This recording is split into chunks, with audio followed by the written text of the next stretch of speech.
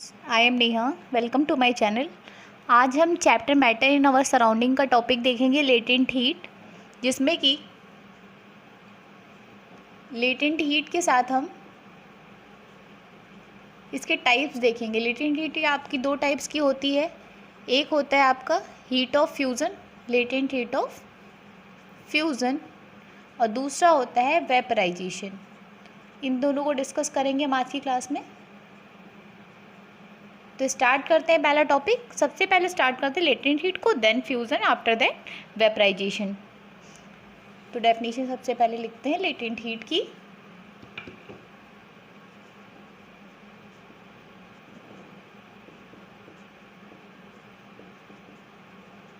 Latent का मतलब क्या होता है? हाइड, मतलब जो सब्सटेंस के अंदर एनर्जी हाइड होती है, उस एनर्जी को हम लोग क्या बोलते हैं? लेटेंट हीट बोलते हैं। The heat energy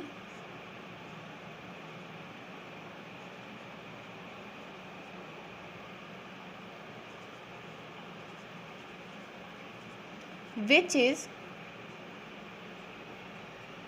supplied to substance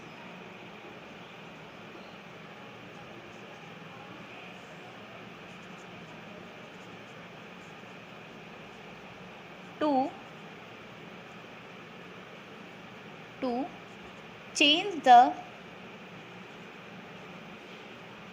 state of the substance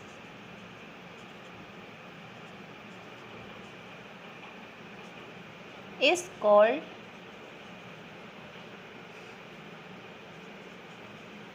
latent heat।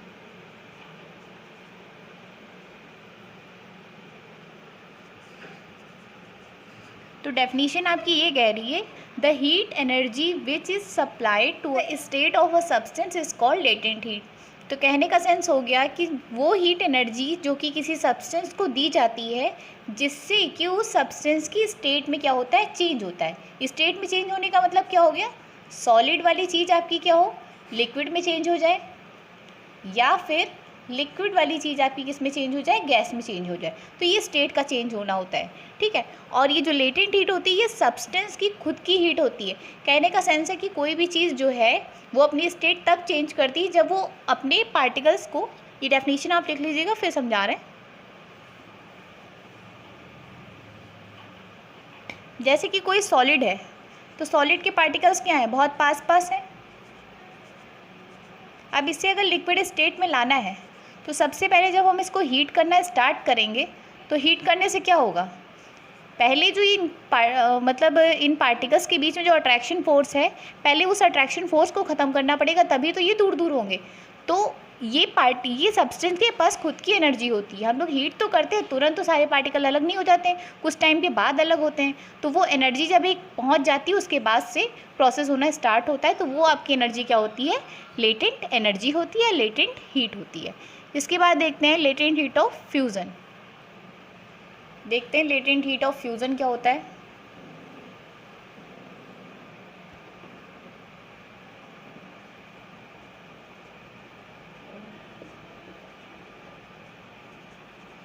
Fusion, तो हीट तो आपकी एनर्जी हो गई, तो यहाँ पे डेफिनेशन क्या हो जाएगा? The energy required to change 1 kilogram of, 1 kilogram की जगह आप यूनिट मास भी लिख सकते हैं,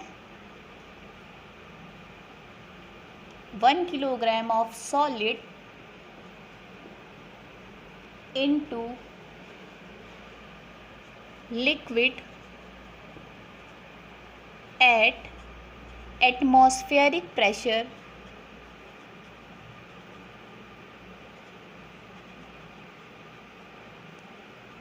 at its melting point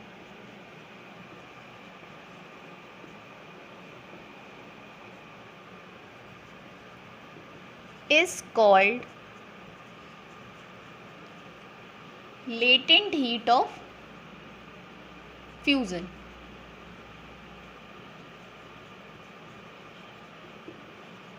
तो सबसे पहले तो आप लेटेंट हीट जान चुके हैं। फ्यूज़न का मतलब क्या हो गया? फ्यूज़न मेनली किसके लिए यूज़ हुआ है? Solid into liquid.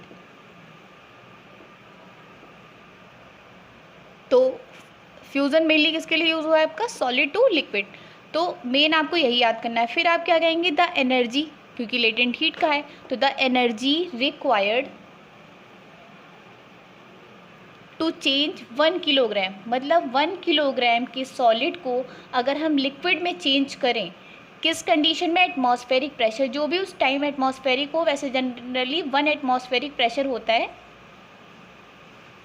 ठीक है। तो वो आपको इतना जानने की ज़रूरत नहीं है, सिंपल सा आपको ये ध्यान रखना है कि 1 किलोग्राम के सॉलिड को अगर हम लिक्विड में चेंज करें एट एटमॉस्फेरिक प्रेशर, और आपको हमने जब मेल्टिंग पॉइंट पढ़ाया था तो हमने बताया था कि कोई भी सॉलिड लिक्विड में कब चेंज होता है? जब वो अपने मेल्टिंग पॉइंट पे पहुंच जाता है। तो वही क्या लिखेंगे? उसी चीज़ को याद रखेंगे कि सॉलिड को लिक्विड में चेंज किया, इसलिए मेल्टिंग पॉइंट आया है। At its melting point is called latent heat of fusion, ठीक है। अब latent heat of fusion ice के लिए क्या होता है वो देख लेते हैं। इसकी यूनिट क्या वैल्यू कितनी है?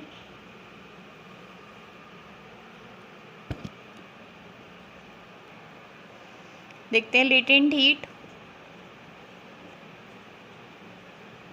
Of fusion for ice is 3.34 into 10⁵ joule पर किलोग्राम। इसका मतलब क्या हो गया? जो लेटेंट हीट होती है आइस की वो क्या हो गई? 3.34 इंटू 10⁵ जूल पर किलोग्राम। यूनिट हीट की क्या होती है? नॉर्मली यूनिट जो हीट की होती है वो जूल होती है, और इस डेफिनेशन में हमने कहा था कि यूनिट किलोग्राम मास को चेंज करने के लिए, इसलिए यहाँ पे क्या लिखा हुआ है? पर किलोग्राम। मतलब 1 किलोग्राम के लिए जो हीट की ज़रूरत, जो हीट चाहिए होती है उसे हम बोलते हैं लेटेंट हीट ऑफ फ्यूज़न, ठीक है। अब इस स्टेटमेंट से आप क्या समझे? इस स्टेटमेंट से आप ये समझे कि 1 किलोग्राम आइस को अगर हमें लिक्विड में चेंज करना है तो उसे कितनी एनर्जी देनी पड़ेगी?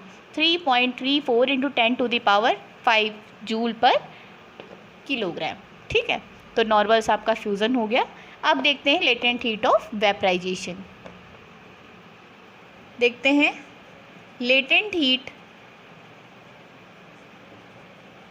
ऑफ वेपराइजेशन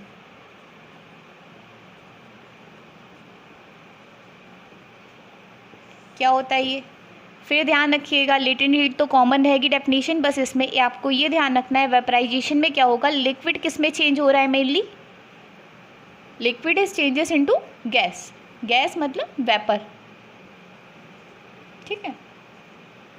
तो कहने का सेंस है कि 1 किलोग्राम ऑफ लिक्विड को वेपर में चेंज करने के लिए जो एनर्जी की आपको नीड होती है वो एनर्जी आपकी क्या कहलाती है? Latent heat of vaporization. और साथ में क्या लिख देंगे? At its atmospheric pressure and liquid से वेपर में जाने के लिए हमने कौन सी कंडीशन यूज़ की थी? Boiling point. सॉलिड से लिक्विड में जाने के लिए कौन सी कंडीशन यूज़ की थी हमने? Melting point. तो लास्ट में लिख देंगे एट इट्स बॉइलिंग पॉइंट, ठीक है। तो डेफिनेशन देखते हैं।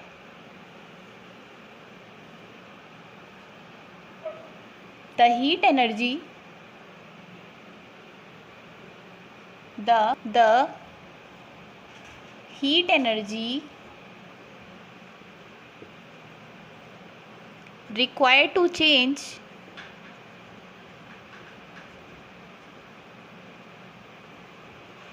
1 kilogram of liquid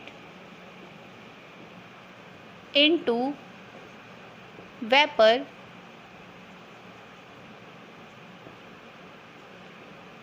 at atmospheric pressure, pressure आपको जो भी एटमॉस्फेयर का वही होगा, at atmospheric pressure at its boiling point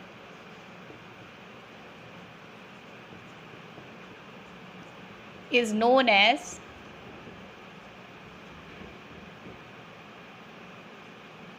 latent heat of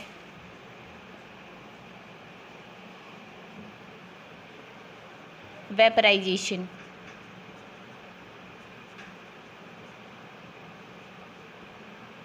तो डेफिनेशन से क्या हो गया, the heat required to change 1 kilogram of liquid into vapour. 1 kilogram of liquid को वेपर में चेंज करने के लिए जो हीट की हमें ज़रूरत होती है वो हीट आपकी क्या कहलाती है, लेटेंट हीट ऑफ वेपराइजेशन कहलाती है eight its boiling point and eight its atmospheric pressure. अब लेटेंट हीट लिक्विड की क्या होती है ये देख लीजिए ज़रा। Latent heat of liquid, that is water, of vaporization of water, लिख लीजिए, vaporization of water कितनी होती है, 22.5 इंटू 10⁵ जूल पर किलोग्राम।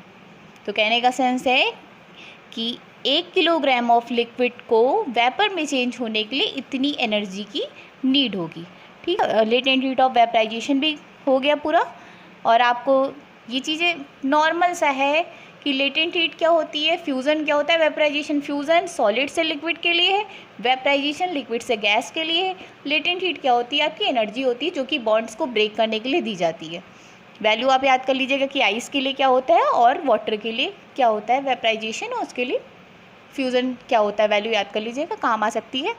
इसके बाद हम नेक्स्ट क्लास में इस चैप्टर का जो टॉपिक है इवेपोरेशन उसको डिस्कस करेंगे, उसके फैक्टर्स को देखेंगे।